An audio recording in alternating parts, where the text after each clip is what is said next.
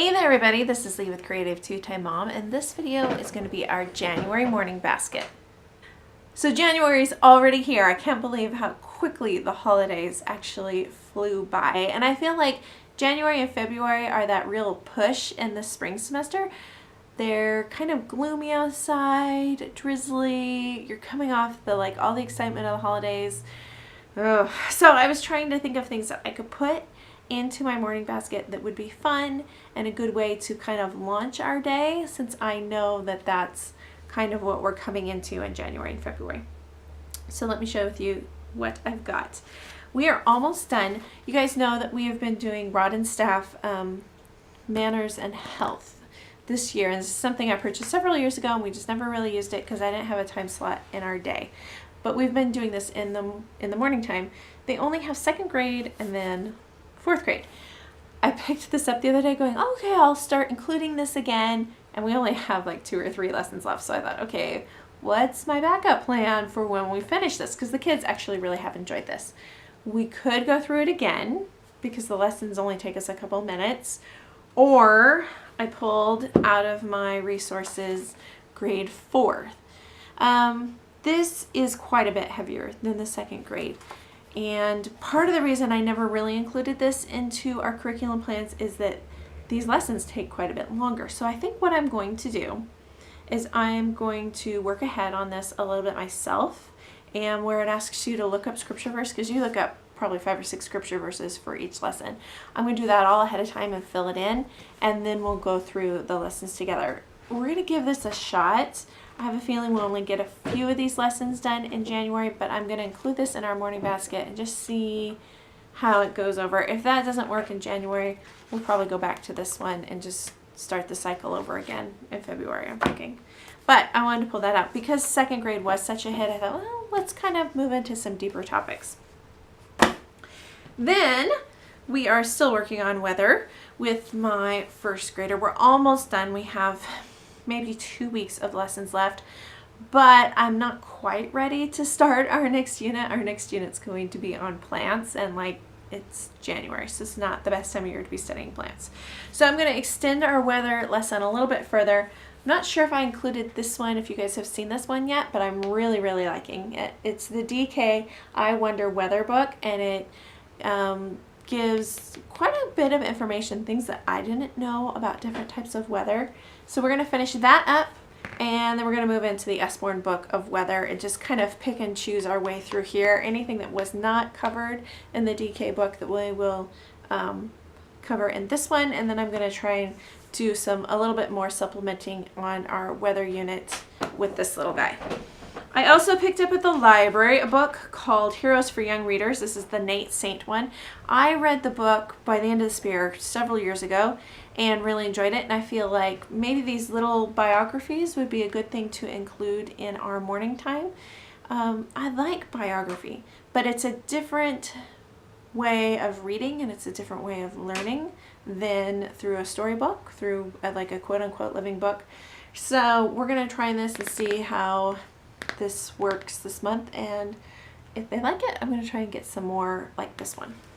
We are still doing the 50 states postcard exchange. In fact, I think I have 5 or 6 here that we've gotten over the holidays that I'm going to share with the kids when we come back in January, and I'm still really pursuing getting all of the postcards by the end of the year. And then if we decide we want to loop around and get some repeats from different states, that's fine too, but I'm trying to get all 50 states by the end of the year. And as we get these and we go through them in the morning, we kind of use it as a time to check our maps.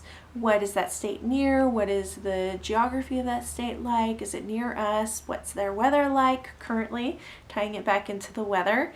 Especially with this extreme weather that we are all having this year. So these have been a lot of fun, and I'm hoping to collect some more of these. Right now we only have 4 going into the month of January, but I'm hoping to have a few more before the end of the month. As you guys know, we always end our morning time with some sort of devotional or Bible reading, and we were doing Jesus Calling, and I wasn't really totally sold on it. And we finished that December 31st. So I thought, okay, we need to take a little break from that. We really do. And this is one that we have read before. but I'm looking forward to bringing it back and kind of having a little break from our Jesus Calling book. And this is the I Am book. It's 40 Reasons to Trust God. Basically, it's Bible stories based around the 40 names of God that are used in the Bible. So each one of these takes a name of God, and it includes a story to illustrate that, a little devotional with it, a prayer, several scripture verses that are actually printed in here that illustrate that as well. Some of these, and I did a full review on this before, which I will link down below, some of them are a little reaching, but at the same time, I feel like this is a good jumping off point to talk about the character of God, and just a good place to finish off our morning time in the morning. There's one thing else I want to mention that I'm going to include. Over December, we started learning Christmas carols, and a lot of those Christmas carols, the traditional Christmas carols that we know, are hymns, and my kids really enjoyed reading. It was a great way for us to start our morning time. I don't know what it is about that necessarily, other than the fact that we were singing. It wasn't like we just immediately sat down and started reading. So the kids really enjoyed that. So I'm going to be creating a playlist that will be on my channel, and I'm just going to call it Hymns, and we're going to work through maybe just one or two at a time. I haven't started that yet, so this is going to be my video. Remember to get that done today. And then you guys know that we do our read aloud at night before the kids go to bed. In December, we finished The Key of the Indian. This was a detour. I posted last year in January of the 12 books that we were going to read as read alouds. Well, I think we missed like 5 or 6 of them because we got detoured on the Indian in the Cupboard series. So we just finished this just before Christmas, just before the craziness of the holidays hit. And January, would this not be aptly fitting enough? The Long Winter by Laura Ingalls Wilder. This will be our read aloud for this month.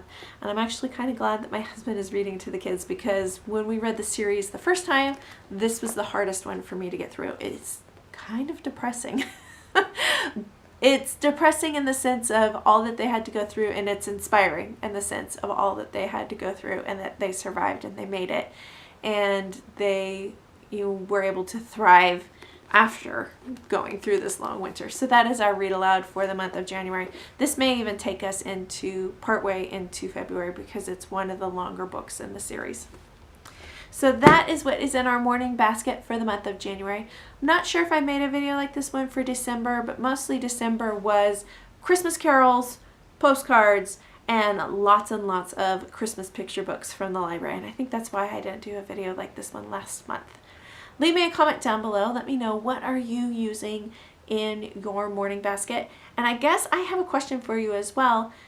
Give me some sort of small science unit for a first grader. I'm trying to figure out how I'm going to fill in between weather and the spring so that we can do plants. I've got like 6, 7, 8 weeks in there that I need to figure out, what are we really doing? I hope you guys enjoyed this video, and we'll see you next time. Bye guys.